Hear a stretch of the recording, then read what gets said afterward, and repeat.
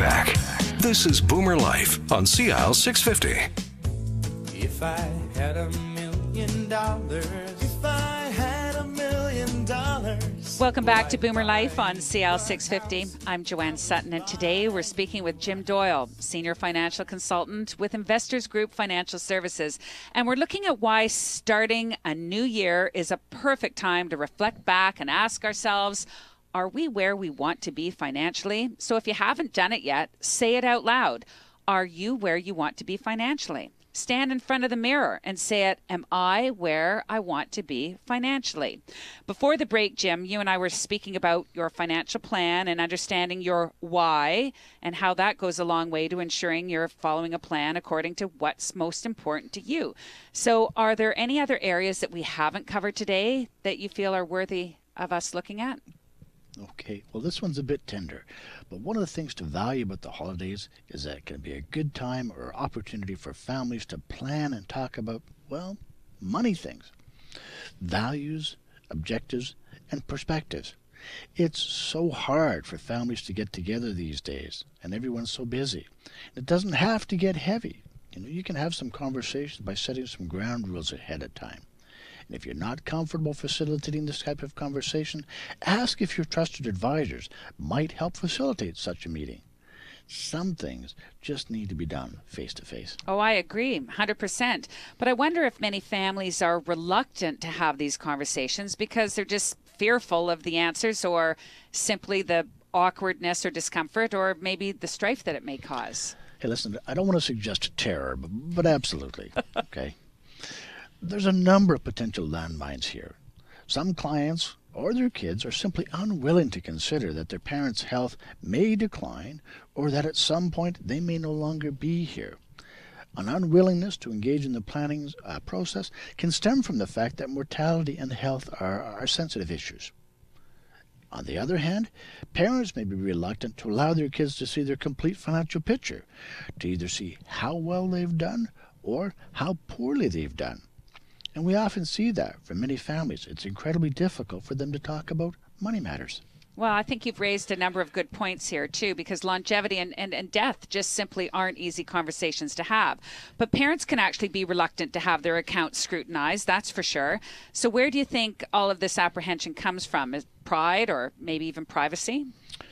It's not uncommon that retirees may not have saved enough for retirement and end up taking on a little more risk, attempting to make up for the shortfall.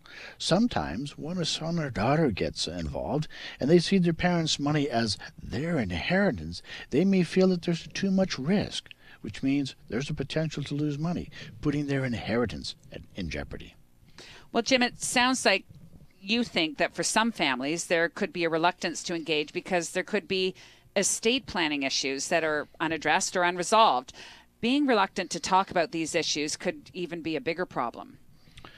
Undisclosed agendas, disorganized records, and competing family dynamics can present challenges when friends, relatives, or professionals are called upon to help. So when we hear that clients or their families are uncomfortable around certain issues, we ask permission to explore matters in further detail to help facilitate the conversation. For many of the retirees that I work with, they often have questions like, who's going to take care of me? Or where is the money going to come from to pay for this? Jim, you've just highlighted so many sensitive issues. Money, family, and of course, aging with dignity. More and more Canadians want to remain in their homes as long as they can before they move to assisted living. This means making arrangements for care providers to come to the home or family members that need to step in and help. When we talk about Alzheimer's, and I think you mentioned that this is Alzheimer's month, okay, would it surprise you to know the average stay for this issue in a care home is over 9 years? I'm actually not, because Alzheimer's has touched my life. But yes, January is Alzheimer's Awareness Month, so you've raised a very good point there. So having an advisor who knows your complete financial picture can actually be a wonderful asset during some of these tough times and tough conversations. On a simple basis, financial planning should look at how much income you've got coming in, what your ongoing expenses are, and how long your money is going to last given certain variables. It's managing those variables that requires people to have a written financial plan so they can model the possible outcomes. Well, Jim, you know, because this is your business, but we hear all the time about the advantages of having that written financial plan. But I don't think most of us know actually what it is or really what it covers. What would you say to our listeners on that note? Well, in general, a financial plan is a comprehensive evaluation of someone's current and future financial state by using known variables to predict future cash flows, asset values, and withdrawal rates. This often includes a budget and can include a series of steps or specific goals for spending and saving in the future. I think things are getting a little tougher for everybody. So when people focus mostly on their investment plan, I think they could be missing something. And I want to encourage them to look at their whole financial picture and keep the financial mistakes down if they can.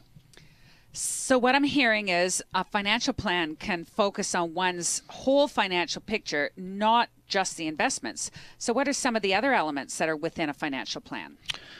I think a complete financial plan also looks at things like the net worth statement, a tax analysis, retirement income planning, risk management analysis, estate planning, and succession planning for businesses if you own a family business.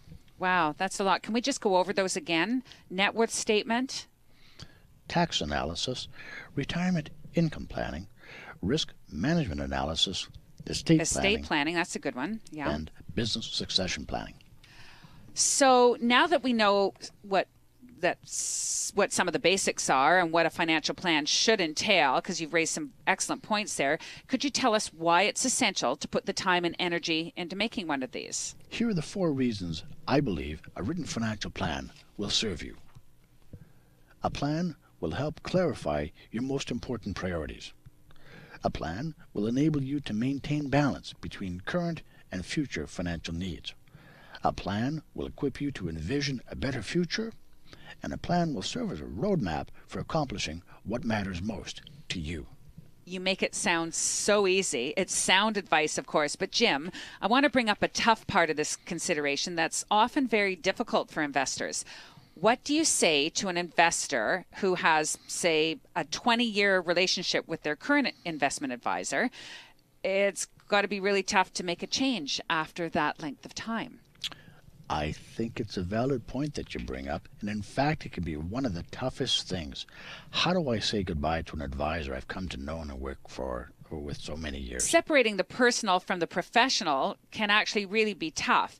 How can you help ease the transition if someone is looking at breaking that relationship with their old advisor? I think it's important to acknowledge it. Before we fill out the paperwork to move their portfolios over to us, I want to ask how they think this discussion is going to go. For some, this can be really uncomfortable, and we want to offer a few talking points. For others, they see why a change is necessary. So what could they say that might help this process? I think it's important to recognize that this change is not a reflection of the good work that they've done up to this point, but what it comes down to is additional needs as they move into the next phases of their lives. If your advisor has been focusing mostly on accumulation strategies and investment selection during that relationship, it may not be fair to ask them suddenly now to become a financial planner.